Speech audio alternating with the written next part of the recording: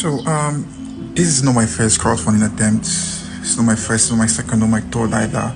I've done several, and there have been far more misses than hits, to be very honest. And the last major one that I don't know was a bit successful was one I did in 2023, and I was able to raise 1.4 to 1.7 million naira. I'm not actually exact. I'm not sure of the exact amounts anymore.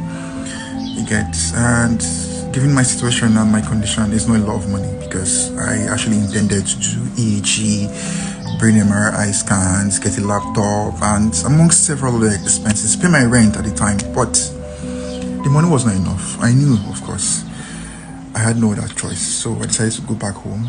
I told my dad about the situation. I begged him that please let me stay with you, if anything. I begged until I was like, I don't know, sort my feet and get everything back on track. He was like, you know what, then he let me stay. It was like, okay, I'm going to let you stay for a year, if anything. I knew that was not going to be enough, obviously, but I had no other option. I was desperate, you get. So I just stay. And staying with him, it wasn't better all bender roses. It was terrible. In a bid to not make me be complacent and be too relaxed, if anything, they tried to make me be as uncomfortable as possible in the house. For some reason, my stepmom started staying in my old room that I was staying in, and they made me stay in the living room, if anything, to be sleeping in the living room at night. They were not responsible for my feeding or my medications as well.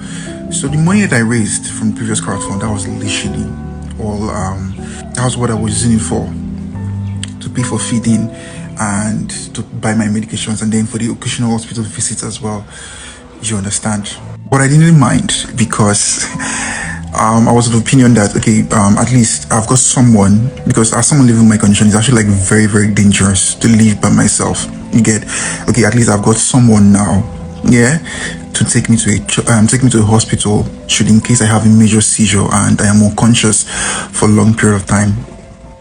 Also, I thought, and then it happened. Like I said in the previous video, I had a major seizure, and the next thing, I found myself chained in a church. In the next video now, I'm actually going to give give a brief summary of my experience in the church, of how things were and how things were going in the church.